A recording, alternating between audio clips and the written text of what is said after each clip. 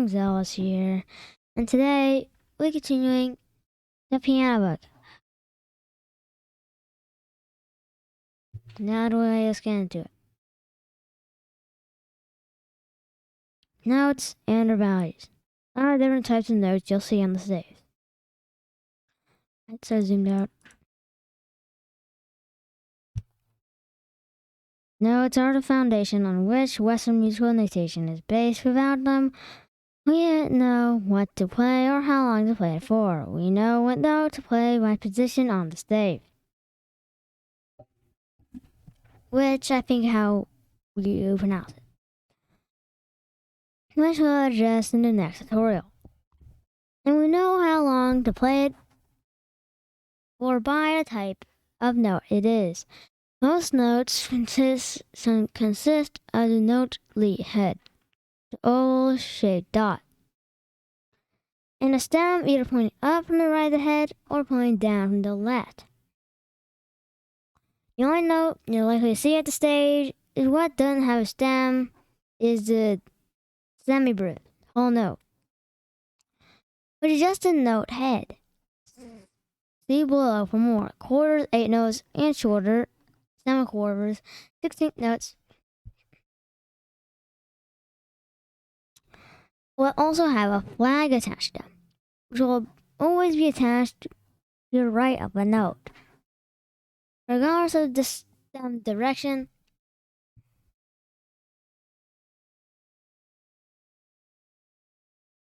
Regardless of the stem direction. As a rule of thumb, single note head down below the middle line of the stage should have an upward pointing stem, and any above should point down. Stems on single note heads on the middle line go either way. So what do these note types tell us? Well, they indicate how long the piano should play the note for. For example, if a piece of music had the mimim, half note, on the middle line of the treble clef, the piano should play a B for 2 beats. Here we run through some of the most common notes that you'll find throughout this book. We know what note to play by position on the stave, and we know how long to play it for by the type of note it is.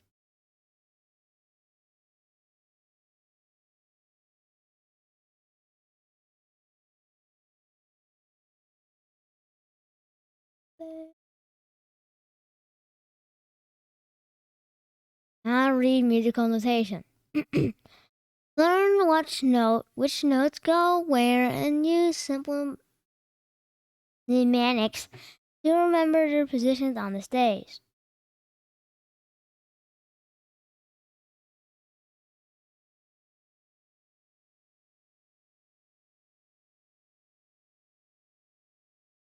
But if you want to become a successful pianist, you should be able to read musical notation.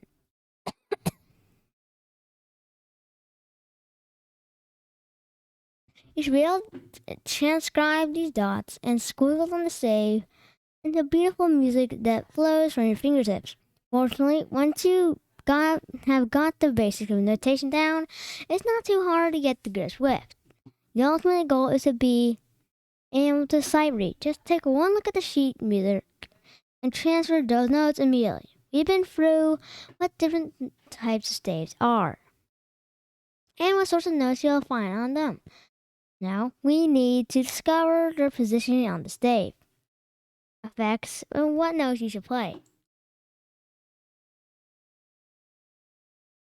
Every white key on your keyboard corresponds to a dot at either a line or space on the stage. For example, you see a mimim half note on the first line of the treble staff stave. You should play the E note after middle C for 2 beats. If the next note is on the line above it, then you should play a G. If it's in the space between those 2 lines, then you should play an F. However, the same notes do not transfer to the bass staff. You see a mimim on the first line of the bass staff, play a G rather than an E. You have to learn 2 different systems, which Don't maybe sugar at first, but with the help of some handy mnemonics learning tool which you'll learn for this in this tutorial, not to mention a fair amount of practice, you'll be reading music in no time. It could have been 3 minutes. No, it's 5.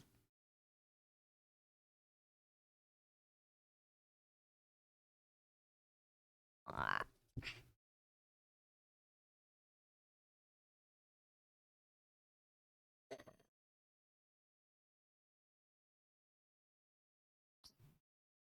Yeah. Had a really bad day. The Travel's Stave notes. Steve notes. The Travel Stave notes. What your right hand will be playing. Usually notes written on the Travel Staff's clef stave will be played by a right hand, and they often, but not always, carry the main tune of the piece. Strangely, the most important note on the key, middle C, doesn't actually belong on either the treble or bass clef. It rests on the letter line on both, which we'll talk more about in the future. The first line up carries the E note, with 2 white keys to the right of middle C. They're both F's. So E. E. The following 8 white keys can each occupy either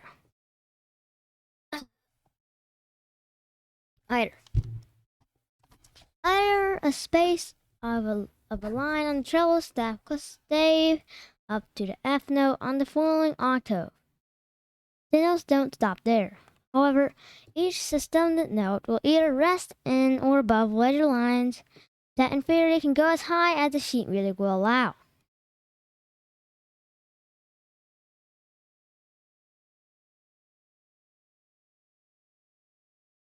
Letter lines can also go below the stave, like middle C, but any below an A note to the left of middle C will probably be played on the left hand.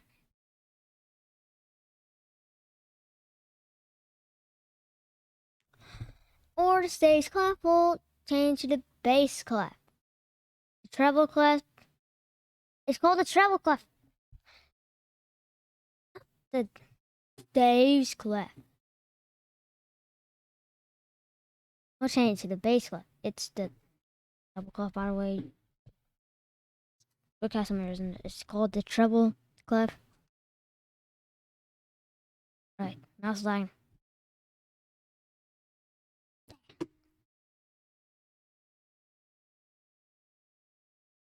The lines. The notes on the lines of the treble clef stave are from bottom to the top. E, G, B, D, F. There are many ways to remember this, but most use a simple mnemonic like every good boy deserves true. You may find it easier to remember if you make it up your own, especially if your name begins with one of the letters. If that fails, remember that the B note is bang in the middle. Like every good boy deserves. Oh, word is correct.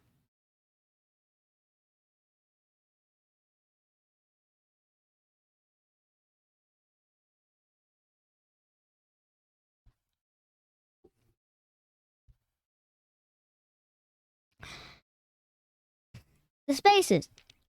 Although you think of one, there's no need for a mnemonic to help you remember the notes from the spaces of the treble step class. The treble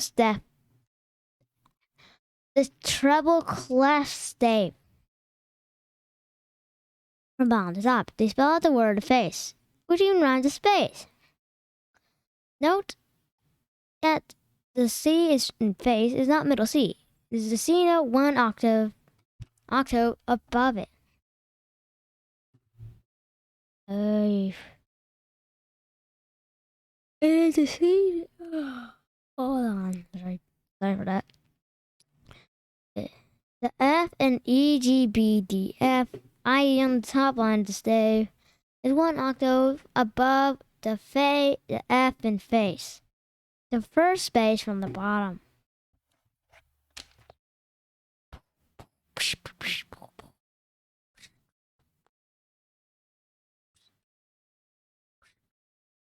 Every good boy deserves fruit by face. All together.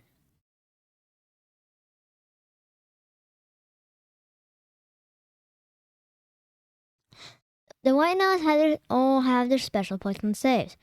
So how do we know to play black notes?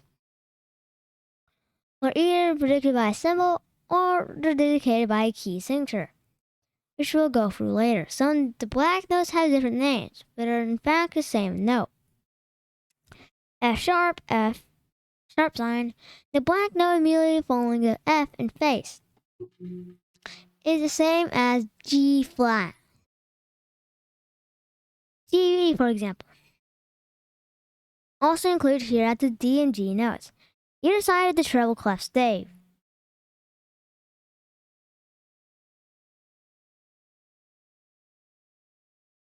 Okay, it's already been 11 minutes. What?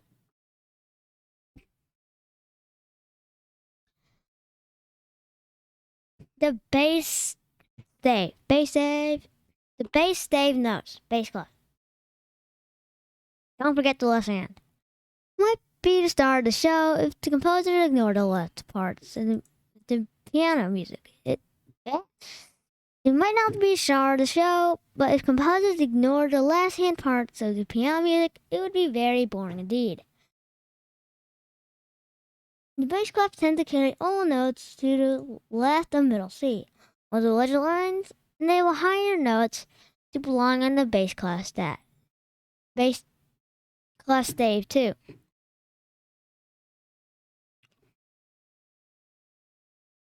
But like the treble stave, middle C actually rests on the line outside the stave, on a ledger line. Middle C actually rests on the line outside of the stave, on a ledger line.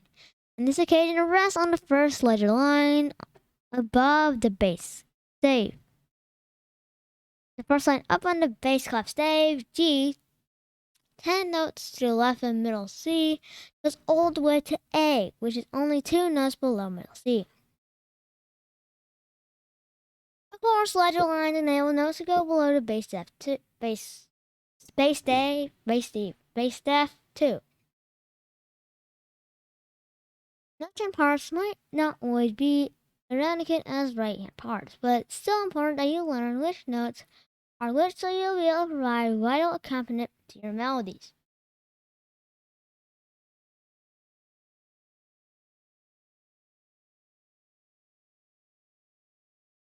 Good boys deserve fruit, always.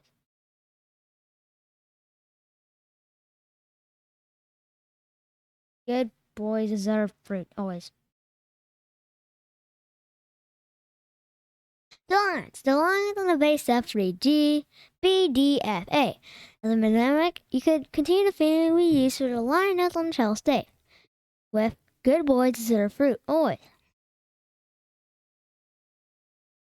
If you might get confused between the two, then start thinking up your own will help you remember.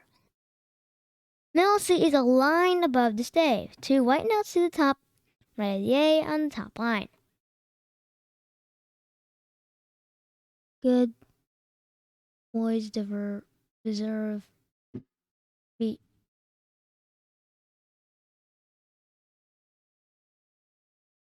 F-U-G. All counts equal.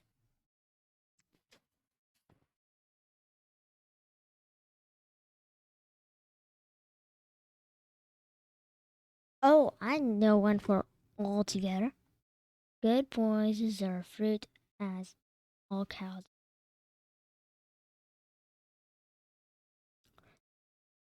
Spaces. Unfortunately, the 4 notes in the space of the bass don't spell out any blind parts this time. A, C, E, G. Can, however, remember them with all cows eat grass, or something less animal based if you would prefer. If remembering them from bottom to top isn't doing it for you, there's nothing wrong with trying top to bottom. bouncy top to top. It's whatever works. The C in ACEG, aka all cows eat grass, is the C in octave below middle C.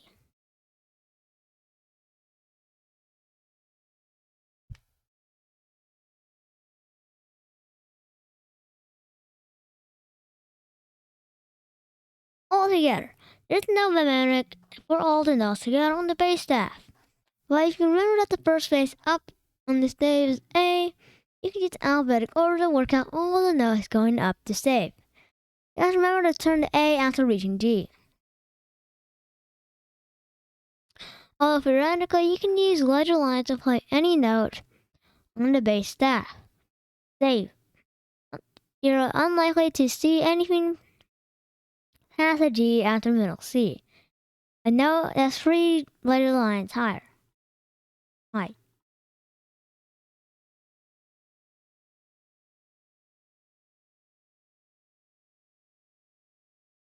Understand time signatures. There are many different ways of changing the beats of the bar through time signatures. And each has its own distinct feel and style. A time signature will always be found at the beginning of a piece of music directly after the key signature. It is very important as it tells us exactly how to divide the beats of the bar, in turn making it so much easier to read a piece of music. There are two main types of time signature: read simple time and compound time. Here's a little bit more about them. There are two main types: simple time and compound time. Dots and ties. I understand exactly what is meant by what? By dots and ties. A dot tells you that add a half note the value of a note to its original value. For example, the dotted scratch is 1 plus half equals 1.5 beats. A tie tells you add two note values together. For example, a crotchet plus another crotchet would be 2 beats and will look like this. You most likely use a tie when you need a note to carry over to the next bar. If Minmin doesn't fit in a bar, then you could tie 2 crotchets on either side of the bar line.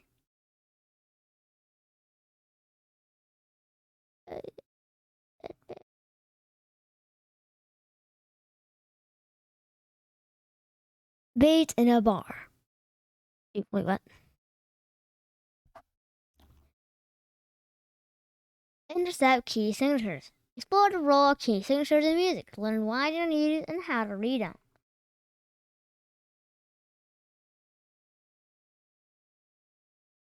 Key signatures are shown at the beginning of a piece of music and are either a series of sharps or flats.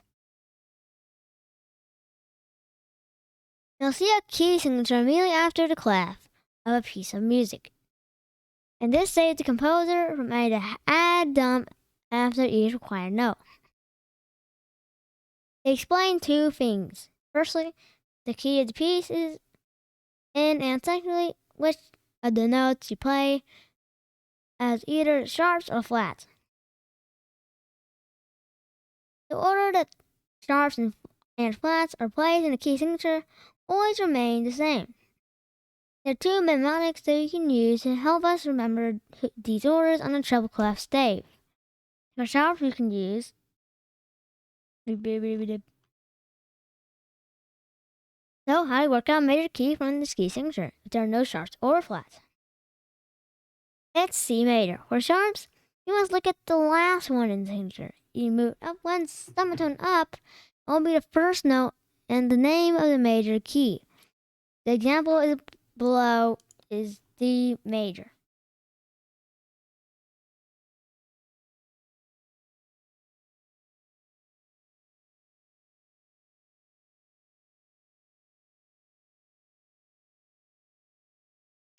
And after today's video, hope you guys enjoyed. Well, no, that's not right. Please subscribe, like, and turn on notifications for the channel.